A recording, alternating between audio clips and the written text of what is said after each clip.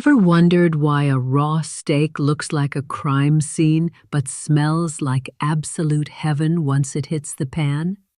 What looks like a simple dinner is actually a battlefield of physics and chemistry happening at thousands of miles per hour. Or why a clear, slimy egg suddenly transforms into a solid white bounce house. Today, we're taking 300 seconds to shrink down to the molecular level and see what heat actually does to your food. Spoiler: cooking isn't just preparation. It's basically controlled destruction. Welcome to SciCuriosID, where curiosity meets science. First up, the Great Unraveling. Most food is packed with proteins, tiny, tightly folded balls of machinery. When we add heat, we're adding kinetic energy. Those protein molecules begin to vibrate with increasing violence. Eventually, the bonds holding them together snap open. This is called denaturation. In meat, this is a delicate balance. We want to unravel tough collagen into soft gelatin without over-tightening the muscle fibers. Once loose, those protein strings grab onto each other, trapping water in a firm net, a process known as coagulation. This is why your breakfast goes from liquid to solid. Without this thermal chaos, your omelet would just be goo.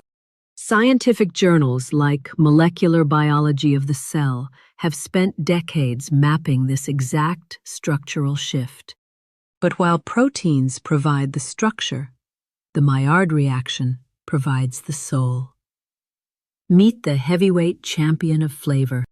Named after chemist Louis-Camille Maillard in 1912, this isn't just browning, it's a chemical masterclass. It's a complex romance between amino acids and reducing sugars. They don't just meet, they rearrange. This chemical dance kicks into high gear once surface temperatures hit roughly 140 degrees Celsius. The result?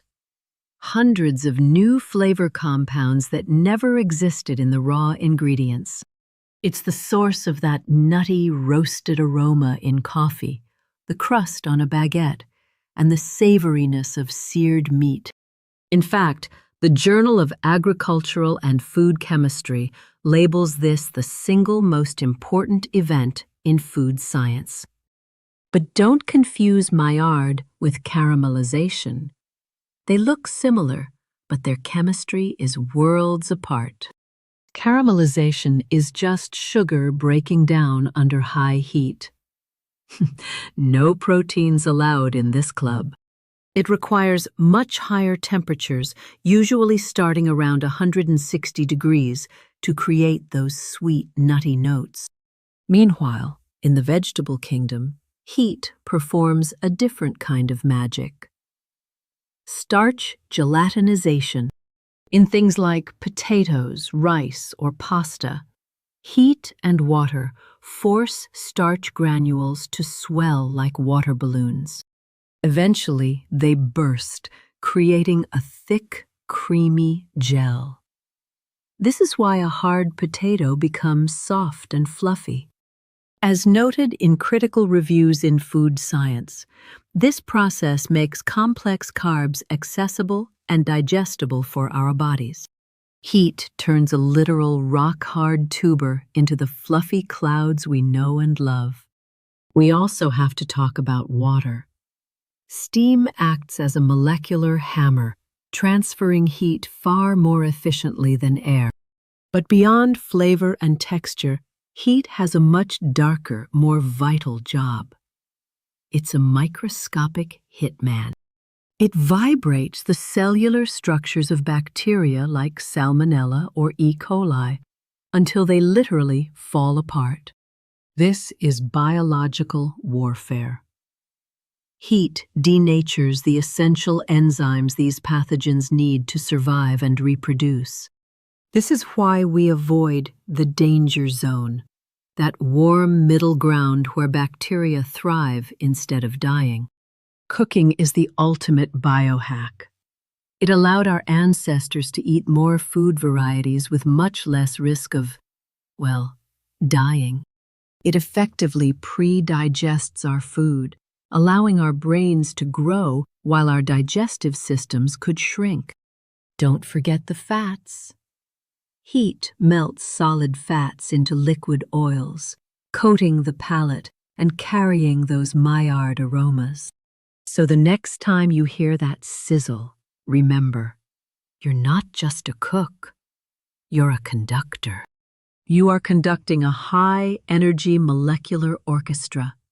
You are a scientist with a spatula in your hand.